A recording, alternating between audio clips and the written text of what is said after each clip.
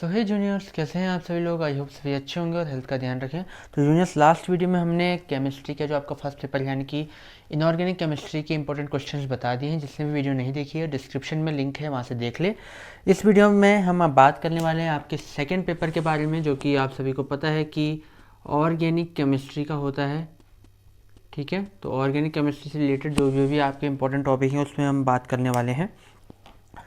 आपके 10 या 11 सब यूनिट से मिलकर के आपका सेकंड ये जो पेपर है ऑर्गेनिक का, ये बना हुआ है। तो इसमें आपका बर्डन भी बहुत ज़्यादा है, सिलेबस क्योंकि ज़्यादा है तो वीडियो थोड़ी लंबी होगी, क्योंकि इंपॉर्टेंट भी उसी हिसाब से बनाए गए हैं। ठीक है, तो सबसे पहले आपने देखा होगा, सिलेबस भी आप देखते रहे, स्पेक्ट्रोस्कोपी आपकी पहली यूनिट है। और स्पेक्ट्रोस्कोपी के अंदर जो आपको पढ़ना है वो आपको पढ़ना है NMR यानी कि न्यूक्लियर मैग्नेटिक रेजोनेंस के अंदर आपको पढ़ना है। NMR स्पेक्ट्रोस्कोपी के नाम से ये टॉपिक आपके उसमें है। तो NMR स्पेक्ट्रोस्कोपी आपको पढ़नी है। ठीक है, और NMR स्पेक्ट्रोस्कोपी के ही अंदर एक मोस्ट इंपॉर्टेंट टॉपिक है 1H NMR, यानी कि एक हाइड्रोजन यानी कि एक प्रोटॉन के लिए जो है NMR जो है आपको पढ़ना पड़ता है। और ये पूछा भी जाता है कि इस तरीके से पूछते हैं कि NMR स्पेक्ट्रोस्कोपी क्या है और एक प्रोटॉन के लिए दीजिए, हाइड्रोजन मतलब प्रोटॉन ना। तो ये क्वेश्चन आप स्टार मार्क कर लेंगे। ठीक है, ये चीज़ आपको इसके अंदर पढ़नी है। सेकेंड, इसमें आपको पढ़ना है स्पिन स्पिन स्प्लिटिंग। ठीक है, स्पिन स्पिन स्प्लिटिंग इसके अंदर आप पढ़ लेंगे। ठीक है, इसके अंदर एक और चीज़ है, वैसे IR एंड PMR स्पेक्ट्रोस्कोपी है, जिसको अच्छे मार्क्स करने हैं थोड़े और, वो उनको भी पढ़ सकता है। मेनली ये दो क्वेश्चंस आप मत छोड़िएगा इस चैप्टर में प्लीज़। ठीक है, नेक्स्ट जो आपकी यूनिट है वो इसमें दी गई है, आई थिंक ऑर्गेनोमेटेलिक कंपाउंड्स है, और जिंक और मैग्नीशियम का दिया हुआ है। बट इसमें मैग्नीशियम का ज़्यादा इंपॉर्टेंट है, क्योंकि इसको हम नाम से भी जानते हैं, क्या, ग्रिग्नार्ड रिएजेंट। ठीक है, RMGX करते हैं ना, RMGX। तो इसकी आपको method of formation as well as reactions पढ़नी है। ठीक है, ग्रिग्नार्ड रिएजेंट की फॉर्मेशन एंड रिएक्शन आपको पढ़नी है। तो ये आपको ऑर्गेनो मेटेलिक में पढ़नी है। तीसरी जो आपकी यूनिट है वो है आपकी ऑर्गेनो सल्फर कंपाउंड्स। ठीक है, तो इसके अंदर आपको क्या पढ़ना है, method of formation as well as reaction of किसकी, दो कंपाउंड्स की, एक थायोल की एक सल्फोनामाइड की। ठीक है, इन दो टॉपिक के आपको मेथड ऑफ फॉर्मेशन, ठीक है, मेथड ऑफ फॉर्मेशन और एज वेल एज इसकी जो जनरल रिएक्शंस हैं वो आपको इन दोनों की पढ़नी है। ठीक है, इस यूनिट में। देन उसके बाद आपकी जो यूनिट है वो है हेट्रोसाइक्लिक कंपाउंड्स। ठीक है, कंपाउंड्स के और हेट्रोसाइक्लिक कंपाउंड्स में आपको क्या क्या चीज़ें पढ़नी है। सबसे पहले आपको इसमें देखना है, चलिए, मॉलिक्यूलर ऑर्बिटल डायग्राम होता है, मॉलिक्यूलर ऑर्बिटल डायग्राम, जिसको हम एमओ डायग्राम भी कहते हैं। तो एमओ डायग्राम आपको पढ़ना है किसके लिए, आपको पायरोल का एमओ डायग्राम आपको यहाँ पे पढ़ना है, पायरोल के लिए। ठीक है, और इसके एरोमेटिक कैरेक्टर भी पढ़ लेंगे तो और अच्छा है, पायरोल इस तरीके से भी आ जाता है। ठीक है, एरोमेटिक कैरेक्टर्स। ठीक है, बट मेनली आप एमओ डायग्राम को छोड़िएगा मत। ठीक है, इसमें दूसरी चीज़ जो आपको पढ़नी है, क्विनोलाइन और आइसोक्विनोलाइन।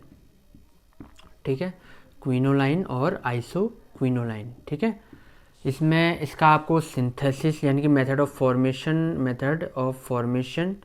ठीक है, और इसमें आपको पढ़ना है कि इसकी रिएक्शन। ठीक है, इसमें जो आपकी मेथड ऑफ फॉर्मेशन है उसमें आपको फिशर इंडोल सिंथेसिस करके आपके उसमें दी है, तो उसको देख लीजिएगा। क्या नाम है, मैं लिख दूं यहाँ पे, फिशर इंडोल सिंथेसिस। ठीक है, इस नाम से आ जाएगा, या टोटली इस तरीके से आ जाता है कि क्विनोलाइन और आइसोक्विनोलाइन क्या होते हैं, या उनके सिंथेसिस मेथड ऑफ फॉर्मेशन बताइए। ठीक है, तो इस तरीके से। इसमें एक और चीज़ है आपका बेसिसिटी कंपैरिजन है, यानी कि जो बेसिक स्ट्रेंथ होती है किस किस की, पायरोल की, आपकी पायरिडीन की, और एक और पाइपेरिडीन, इस तरीके से कुछ आपके सिलेबस में दिया हुआ है, जिसको वो पढ़ना है वो भी पढ़ सकता है। मेनली इन दो को आप पढ़ लीजिएगा। ठीक है, इनको पढ़ना सुनिश्चित करें। नेक्स्ट आपकी जो यूनिट है वो है कार्बोहाइड्रेट की। अब आगे की जो 3 यूनिट है ना, उसमें बायो वालों को थोड़ा फ़ायदा है। ठीक है, क्योंकि कार्बोहाइड्रेट, प्रोटीन, न्यूक्लिक एसिड, ये फैट, ये सारी चीज़ें हैं, इनको बायो केमिस्ट्री में भी इन्होंने पढ़ी हुई हैं। ठीक है, थोड़ा सा मैथ वाले ध्यान दे देंगे। कार्बोहाइड्रेट है, क्लासिफिकेशन सबसे पहले कार्बोहाइड्रेट का। ठीक है, ओलिगोसैकेराइड, पॉलीसैकेराइड, ये सारी चीज़ें उसमें आ जाती हैं। ओसाजोन फॉर्मेशन, ओसाजोन फॉर्मेशन आप पढ़ लें, ठीक है। देन इसमें इरिथ्रो और थ्रियो स्टीलियोमर आते हैं, डाइस्टीलियोमर करके सब आता है, ठीक है। आपको ये लग रहा होगा कि इसमें बहुत ज़्यादा इंपॉर्टेंट टॉपिक बता रहा हूँ, पूरा सिलेबस जैसा बता रहा हूँ, पर ऐसा कुछ नहीं है। ये टॉपिक आपको ज़्यादा लग रहे हैं, लेकिन इनमें शॉर्ट नोट्स आने की संभावना ज़्यादा है। तो ये छोटे छोटे कॉन्सेप्ट है, एक दो पैराग्राफ जैसे कॉन्सेप्ट हैं, तो तब आपको ज़्यादा लग रहे हैं, ठीक है। बाकी ऐसी कोई डिफ़िकल्ट चीज़ इसमें है नहीं और इजी टॉपिक्स है, ठीक है। इसके अलावा इसमें मेन है आपका म्यूटा रोटेशन, क्लासिफिकेशन और म्यूटा रोटेशन। इसमें आप ओसाजोन, ये तीन चीज़ें जो हैं ये मेन है इस चैप्टर में, ठीक है। General structure of ribose and deoxy ribose sugar, जिसको पढ़ना है पढ़ सकते हैं मैथ वाले, क्योंकि बायो वाले को तो ये पता ही होगा, हल्का सा देख लीजिएगा आप लोग। डीऑक्सी शुगर और राइबोस शुगर में क्या फ़र्क होता है, सिर्फ ऑक्सीजन का फ़र्क होता है 2' पोजीशन पे, ठीक है। तो उसको भी वो देख लीजिएगा, ठीक है, क्योंकि ये आगे एक और सवाल में आपको काम करने वाला है, वो भी बताता हूँ। देन आपकी जो यूनिट आती है वो है अमीनो एसिड्स, पॉलीपेप्टाइड और प्रोटीन की ये जो यूनिट है, और इसके अंदर न्यूक्लिक एसिड भी है, ठीक है। तो सबसे पहले इसमें जो आपको पढ़ना है वो है आपका आइसो इलेक्ट्रिक पॉइंट, ठीक है। इसके साथ इलेक्ट्रोफोरेसिस भी है, ठीक है। इलेक्ट्रोफोरेसिस ये यहाँ पे भी बायो वालों को थोड़ा फ़ायदा है, उन्होंने भी पढ़ा हुआ है बायोलॉजिकल टेक्निक्स में, ठीक है। तो एंड देन इसमें दूसरी चीज़ जो पढ़नी है आपको, method of formation as well as reaction चलो आप छोड़ भी दोगे, but method of formation of alpha amino acid, ठीक है। याद रखना क्या बोल रहा हूँ, method of formation as well as इस रिएक्शन, ठीक है। मेथड ऑफ फॉर्मेशन खास करके इस पर। अब इसमें आपकी पेप्टाइड सिंथेसिस है। पेप्टाइड सिंथेसिस के आपको दो मेथड दी हुई हैं, दोनों पढ़नी है। क्लासिकल पेप्टाइड सिंथेसिस है और एक आपकी सॉलिड फेस है, सॉलिड फेस पेप्टाइड सिंथेसिस, ठीक है। ये दोनों आपको पेप्टाइड सिंथेसिस के लिए पढ़नी है, ठीक है। दोनों है, दोनों इंपॉर्टेंट है, कोई सी भी आ सकती है, दोनों भी आ सकती हैं, ठीक है। लास्ट आपको इसमें प्रोटीन का स्ट्रक्चर 1D 2D, ठीक है, 4D डिग्री में होती है प्रोटीन स्ट्रक्चर, और इसका डीनेचुरेशन और रीनेचुरेशन, डीनेचुरेशन और रीनेचुरेशन, प्रोटीन का टूटना और इसका जुड़ना, ठीक है। ये कैपेबिलिटी प्रोटीन के पास होती है, तो उसको पढ़ना है। बड़े नहीं है टॉपिक, मैंने कहा ना एक दो पैराग्राफ वाले हैं, कुछ एक पैराग्राफ वाले भी हैं, बस टॉपिक ज़्यादा हैं लेकिन उनके मैटर कम है, तो वो आपको नंबर दिला सकते हैं, तो इतना आप इसमें पढ़ लेंगे, ठीक है। ये प्रोटीन वाला पोर्शन था। अभी एक न्यूक्लिक एसिड वाला पोर्शन है, जिसमें फिर से बायो वालों को फ़ायदा है। हेलिकल मॉडल उसमें दिया हुआ है, हेलिक्स मॉडल, वॉटसन क्रिक, मैथ वाले देख लेंगे। कॉन्स्टिट्यूएंट देखना है न्यूक्लिक एसिड का, शुगर होती है, फॉस्फेट ग्रुप और न्यूक्लियोसाइड होते हैं। न्यूक्लियोसाइड के अंदर मेनली आप इस न्यूक्लिक एसिड में राइबो न्यूक्लियोटाइड और नहीं, आपके उसमें टाइड है, साइड है, आई थिंक साइड है आपके उसमें। राइबो न्यूक्लियोसाइड ज़्यादा फर्क नहीं होता है, बस एक फॉस्फेट जुड़ जाता है तो टाइड हो जाता है वो, और डीऑक्सी राइबो न्यूक्लियोसाइड, ठीक है। ये देख लेंगे फ़र्क क्या होता है, वही जो मैंने अभी बोला ना, राइबोस शुगर और डीऑक्सी राइबोस शुगर, उसी का फ़र्क होता है, ऑक्सीजन का फ़र्क होता है, देख लेंगे। सिंपल सा कॉन्सेप्ट, ठीक है। ये तो नंबर दिलाने वाले सवाल हैं, इनको भी छोड़ के नहीं चलेगा, ठीक है।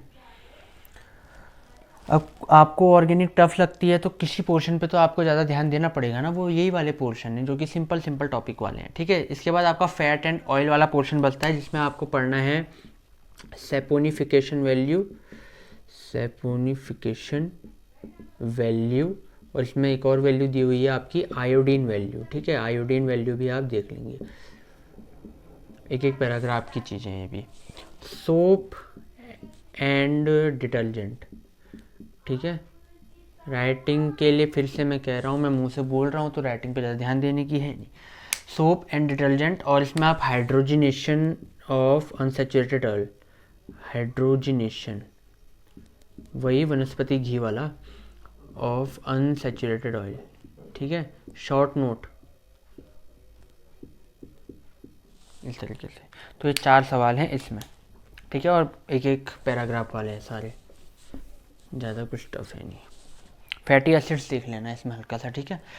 इसके बाद आपकी जो यूनिट आती है वो आती है आपकी सिंथेटिक पॉलीमर। इजी यूनिट्स हैं। सिंथेटिक पॉलीमर में आपको पॉलीमराइजेशन की कुछ टेक्निक्स हैं वो देख लेनी है। चेन ग्रोथ पॉलीमराइजेशन, ठीक है, चेन ग्रोथ पॉलीमराइजेशन।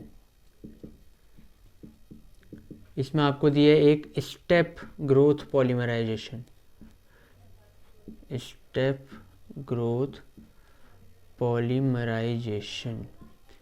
इन पे भी शॉर्ट नोट आता है, दोनों की दोनों भी आ जाती है, ठीक है। जिगलर नाटा कैटेलाइसिस, जिगलर नाटा कैटेलाइसिस, इसमें ये दोनों मेन है, इनको मत छोड़ना, ठीक है। स्टेप ग्रोथ भी हो गया। एक फ्री रेडिकल पॉलीमराइजेशन होता है, फ्री रेडिकल पॉलीमराइजेशन, ठीक है। इसमें आपके रेजिन्स हैं।